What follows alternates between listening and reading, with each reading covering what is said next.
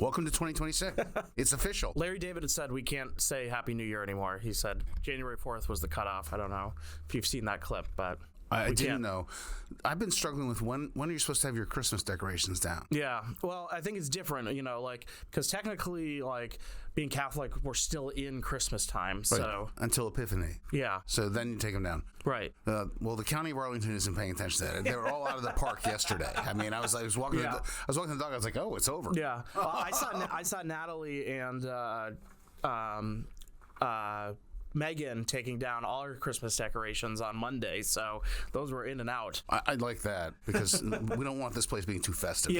Festive season's over. That scares me. All right, on that fun note, let's do the introduction. Okay, yes. On this episode of the AAF Exchange, the economic outlook, another government funding deadline, and Venezuela's oil impact on energy markets. Joining us to discuss all this, AAF President Douglas Holtz-Eakin and AAF Director of Energy and Environment Policy, Pomerleau. Doug, welcome back. Kyle, welcome to 2026. Yes, yeah. We're both, it's a good start to the year. We're both our teams are playoff bound. It's been an exciting time to be back in the office. So what's been on your mind? The Larry David rule. So I'm not gonna. I'm just gonna say New Year. Yeah. New Year, Kyle. And for the listeners, Kyle is powering through this podcast with an incredibly sprained ankle. Yeah. So if you get any verbal missteps, we're going to attribute them to the ankle. I don't know how. Something about blood flow. I don't know how. What's going on in my mind? So there was an international tax development. Now, normally I do nothing but kvetch, and a good thing actually happened. But the good thing is at the end of a lot of bad things. So I'll remind people of the bad things. A long time ago, the Obama administration, the OECD began this base erosion and profit shiftings initiative where they started tracking multinationals and where they earn their money and essentially built a framework where they could tax multinationals in every jurisdiction, which got followed by a Pillar 1 and a Pillar 2. Pillar 1 being let's share our tax base for our big tech companies who are making money online with other countries, let them tax it. Bad idea. Pillar 2 was the global minimum tax. The Biden administration was all in on this, and the Trump administration came in and said no. And the House Republicans in particular said no. Mm-hmm. And in the One Big Beautiful Bill, the House passed version had the revenge tax, the famous Section 899, which said if you have a bad tax, meaning the other country, we're going to tax you, your companies in the United States at an ever-increasing rate, 5 percentage points a year. So this led to a complete freakout. The upshot of this is that the G7 agreed quickly to exempt the U.S. from the global minimum tax because we have a minimum tax. We've always had a minimum tax on our corporations, and this never made any sense to me. And now the OECD as a whole, 145 countries, has ratified this. Mm-hmm. And so, you can go to our website, read the whole history of BEPS, Pillar 1, Pillar 2, and then throw yourself off a cliff. Or you can just be happy that we've gotten to a reasonable resolution of this. Yeah, you had a good dish out of this earlier in the week, so we'll make sure to include the link to anybody that's actually interested because they can find the relevant information from there. It's hard to follow this stuff, but it's actually important. Yeah, it's very important. And, it is nice that we're starting off 2026 by actually being happy about something. And it was a note of international cooperation, which I will just remark for the record is unusual at the moment. Maybe we hopefully in 2026 we find more to be happy about because we do a lot of negative reviews on in the podcast. Well, I'm a hater. Yeah, I think that hurts. I mean, when I first started here, one of the best stories you said was about what your job was like in the Bush administration, basically being like, my job was to just shoot down bad ideas. Absolutely. 90% of what good economists do in government jobs is kill bad ideas. So, anyways. And, I'm a hater, so that was a good job for me. And everyone should go sign up for the Daily Dish on that note. On that note, yes. All right. So as we start 2026, let's sort of get the lay of the land. Right. Starting with the economy, obviously this is big. This is going to be big, a hot topic, an election year. What's the latest? And what should people be watching this year? So we have these sort of incredibly mixed readings on the economy, which are We have a labor market that continues to essentially just grind along. Unemployment rates ticked up by a half a percentage point in the course of 2025. We're creating 40,000 odd jobs, most of them in healthcare. So if you're a home healthcare person, this is fantastic, but nothing else looks very good. Third quarter GDP, 4.3%. And the resolution that got revealed today, we got the third quarter productivity data, non-farm productivity growth, 5% in the third quarter. That's an unbelievable number. I literally don't know the last time we saw 5. So normally you get a big productivity jump when you come out of a recession because like you've helped people on the payroll and now that you're doing something. That's not what's going on. So that's baffling. Like, and how did we do the consumption, investment, government spending in that 4.3%? Well, we had a really good household spending number, a really good consumption number, despite the fact that real disposable income did not grow, 0 in the third quarter. So there are a lot of things that aren't adding up well here, and so I think the main thing that happens when we come into 2026 is we get back to a regular diet of data on the economy, which is an important thing, and we get some sense of what the genuine strengths are, what are the statistical anomalies, and what do we need to do? And then that means the Fed, that means the administration and the Congress. Yeah. So that's the thing I'm most looking forward to, is a little more clarity on where we are. Yeah, because we talked about this a lot last year, where we had months of data that didn't come out because of the shutdown. Well, and it leads to things like the CPI was inflation was 3%, both top line and core in September, and then we have this hiatus. We get the data at the other end, and it's 2.7 top line, 2.6 core, and you think, wow, that's good news. Then you look inside, and for those numbers to be true, shelter inflation had to be 0. Yeah. Are you buying 0? It's hard to buy 0. Yeah. Right? I mean, so it's a situation where you never believe 1 month's data, and I think you really disbelieve 1 month's data coming out of a shutdown because I just don't know what's going on. Interesting. Yeah, and of course, the big thing for this year is we're going to get a new Fed president. We're going to be, looking at the possibility of a lot of different, inflation numbers and jobs numbers going forward, and their dual mandate that's going to play a big role in 2026 economy. Last footnote to this, which is technically a leak, so this podcast won't go out until later. So I guess, but Fred Ashton, who's going to write the Daily Dish tomorrow on the employment report that comes out on Friday, noted that in a very offhand way, Chairman Powell said that the BLS number is probably 60,000 jobs too high every month. So the real number is probably 60,000 below that.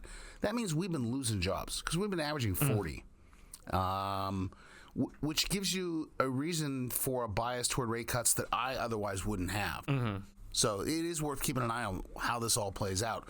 We're going to see the number on Friday, and then in January we'll see the revisions to 2025, which is what he's pointing to. We've had this sort of pattern of revisions, and so they're counting, I think, on fewer jobs than we're actually seeing. Yeah. In terms of timeline, when is the next Fed meeting, and when next Fed meeting's end of January 27, 28, I think. And then when will because obviously the new Fed will have a new Fed president this year, so his term is up in May.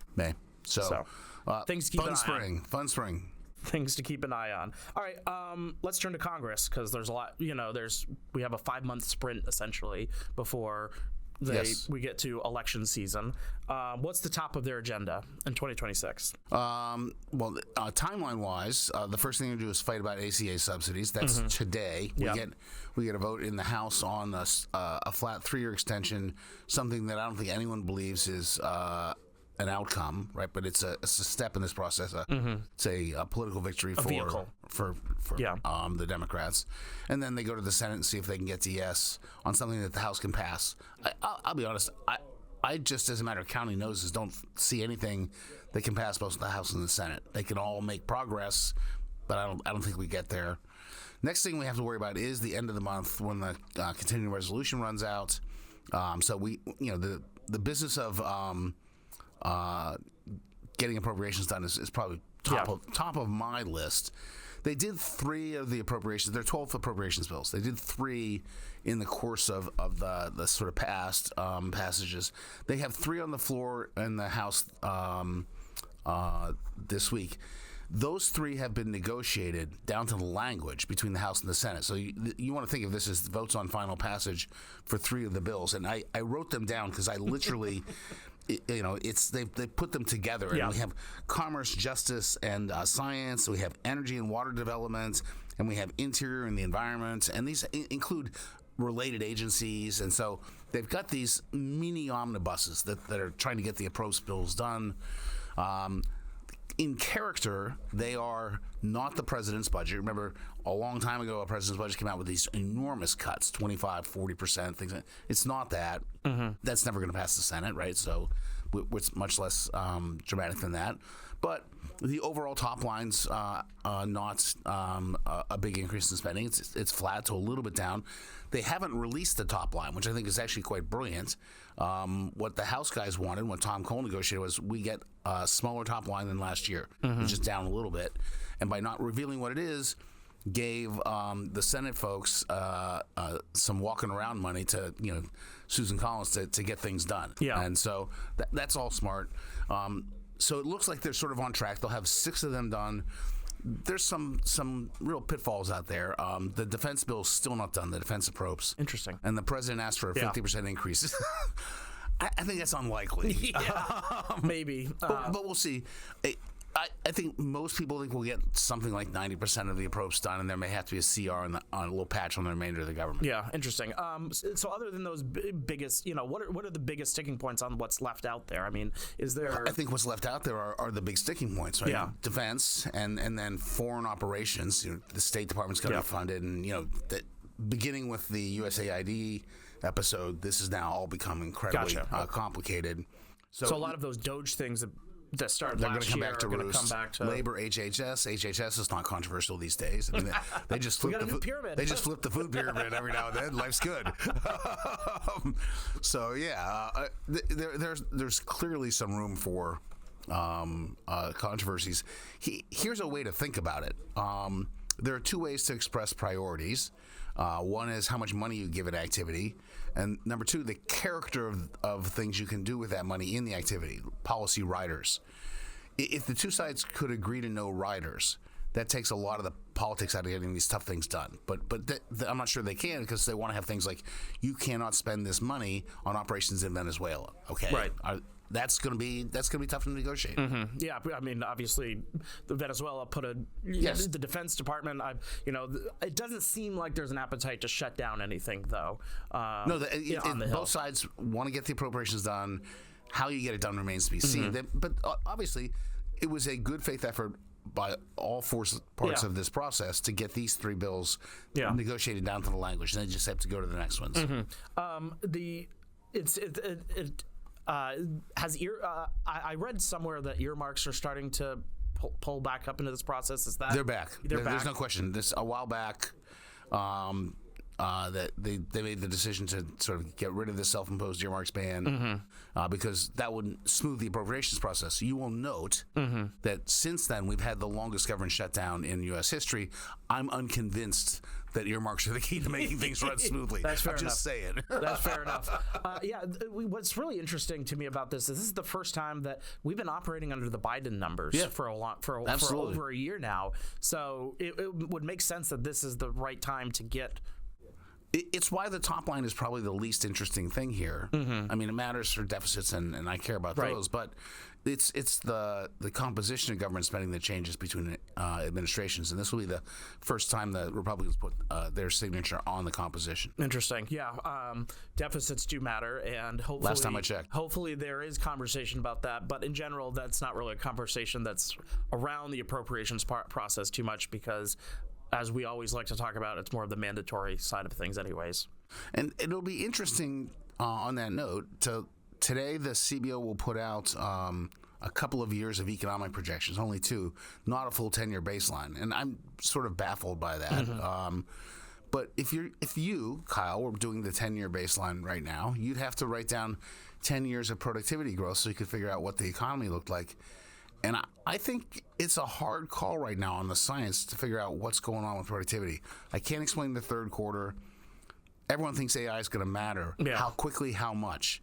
If you do it quickly and enormously, you can change the budget outlook by $5 trillion just on the productivity number pretty easily. Yeah.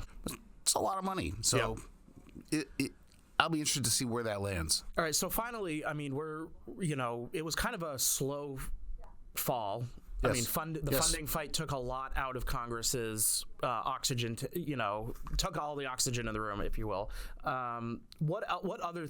But now there seems to be like this flurry of activity. What else can we be looking at outside of funding, outside of the premiums? Well, I mean, if you just sort of go around the policy areas, the health thing's heating up. Right, we're going into an election year, so things that are beyond the ACA. People are going to want to have a signature in health. AI remains just a regulatory battlefield, which is sort of a states versus federals issue right now. That I think that's been a big deal. We're now going to see a whole lot of what we thought was just a domestic energy discussion on, data centers and the grid and how are we going to manage that. That was going to be the focus. Remember, there's a nuclear revival in here somewhere. But the Venezuela episode focuses everything back on oil, which is a little perplexing because we're awash in oil to begin with. And one of the things that Shuting mentions, and I don't want to steal her thunder, but Venezuela is a founding member of OPEC. And OPEC's usually restricting output, not pumping like mad. So I don't know how this is all going to play out. So I think that those energy issues are going to be fairly interesting as well. And at some point, when they start running for re-election, they're going to realize that they're going to have to deal with the budget in a couple of years, and that we'll start seeing some tentative steps on Social Security because it's coming. Yeah, hopefully. Yeah, hopefully. Well, Doug, thanks for coming on and breaking down all this. Look forward to another good year of podcasts. Yes, the next time should be great. The next time we're both on together, one or both of us will be either angry or happy with the outcome of the NFL playoffs. I'm going to be happy no matter what. I honestly, I think. My team is not a very good team. Yeah. It has made the playoffs. If they win a playoff game, that'd be great. Yeah.